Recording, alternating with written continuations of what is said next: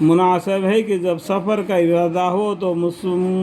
مضمون استخار کر لے۔ نفس حج کے لیے استخار کی ضرورت نہیں۔ مثلا مشہور ہے درکار خیر حاجت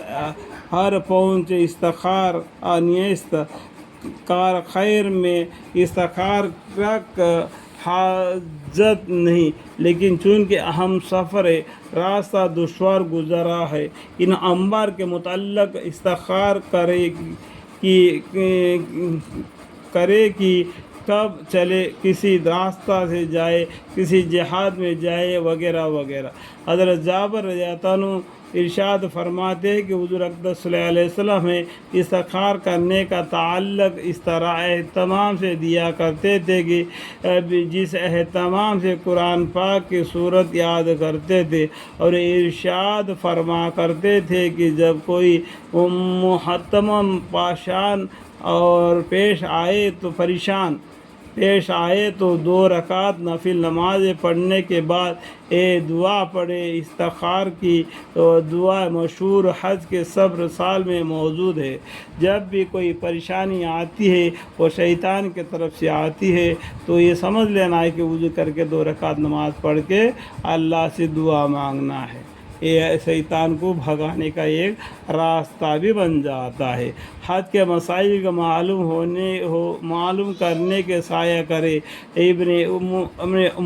حج کے ارکان کیا ہے، حج کس طریقے سے کرنا ہے، اس طریقے سے وہ باتوں کو معلوم کرنا چاہیے جو بھی حج کو جاتا ہے وہ حاجی لوگ۔ ابن عمر الحاظ لکھتے ہیں کہ سب سے اہم چیز ان مسائل کا معلوم کرنا ہے جو حج کو جانے کے قبل اور روانگی کے بعد اور حج کو دوران میں پیش آتے ہیں۔ حج کو جانے سے پہلے حج کے ارکانوں کو معلوم کرنے سے حج میں جانے کے بعد وہ ہمارے سامنے آ جاتے تو اس کو عمل کرنے میں آسان ہو جاتا ہے کہ ایک علم کی سیکھنا حضور اقدس صلی اللہ علیہ وسلم نے ہر شخص پر فرض کیا ہے، اس لیے کہ حج کے فرائض اور سنن اور جو چیزیں اس میں حرام یا مکروہ ہے ان کا معلوم کرنا ضروری ہے۔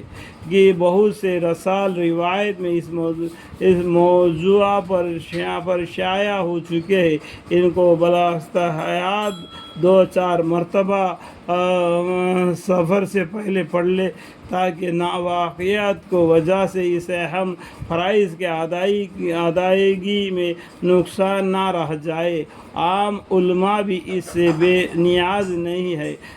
دوسری کی وقت مسائل کا نظر سے گزر جانا دوسری بات ہے، وقت پر مستقر ہونا اور چیز ہے۔ یہ صحیح ہے کہ ان کو سرسری طور سے دیکھ لینا کافی ہے،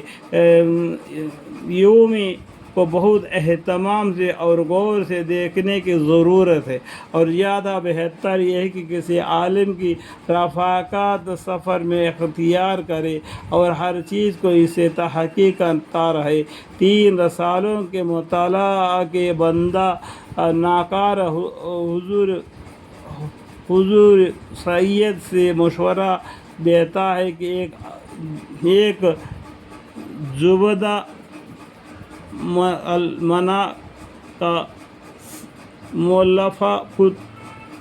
قطبی عالم حضرت گنگوئی نور اللہ مرکزہ، دوسرے زیارت القلعہ مولانا عاشق الہی صاحب رحمۃ اللہ علیہ، تیسری معلمی الحجاج متول مولانا سید احمد صاحب زد مجاہدہ محفظہ مظاہر علوم، ان کے علاوہ اور جو رسالے معتمد علماء کے مل سکے ہیں۔ یعنی یہ جو حضرات کے نام لکھے گئے ہیں ان لوگوں نے جو کتابیں لکھے ہیں تو اس سے پڑھنا، جیسا کہ جو میں ابھی یہ کتاب لے کے پڑھ رہا ہوں یہ فضائل اعمال میں فضائل حج ہے، اس طریقے سے ان جو بزرگوں کے نام لکھے یہاں پر 3 یا 4 کا، اگر ان کے جو کتابیں وہ لکھے ہوئے ہوں گے ان کو بھی پڑھ لے اور یہ کتاب کو بھی پڑھ لے تو ہمیں ارکان حج کے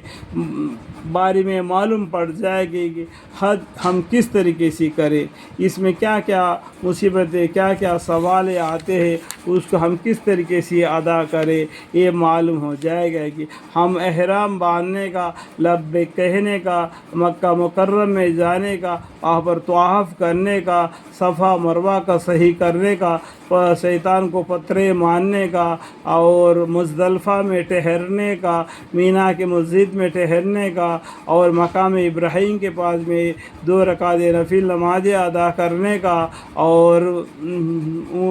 کیا ہے وہاں پر پتھر ہے اس کا نام، وہاں پر اس کو چومنے کا، یہی پر بہت گرد ہو جاتا ہے کہ بہت سے لوگ حاجی لوگ وہاں پر جو زخمی کھا جاتے ہیں، وہاں پر اتنا زور سے وہاں تک پہنچ کر بوسہ دینے کا بھی اس کے بارے میں بتایا ہے، وہ بھی معلوم کر لینا۔ اور بعض مدینہ شریف پہ جا کے یعنی پیغمبر صلی اللہ علیہ وسلم کے مزار شریف کے پاس جا کر وہاں پر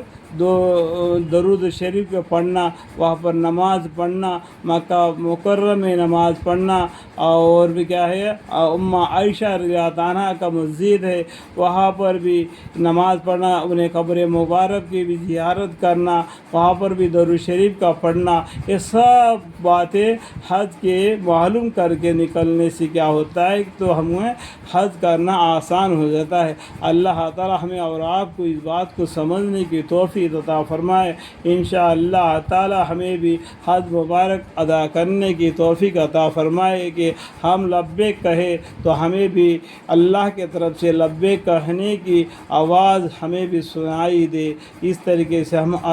حج ادا کریں۔ اللہ سے دعا ہے کہ میرے دعا محض آپ کے فضل و کرم سے حضرت محمد مصطفیٰ صلی اللہ علیہ وسلم کے صدقے توفیق سے قبول اور منظور فرمائے، آمین ثم آمین، والحمد للہ رب العالمین۔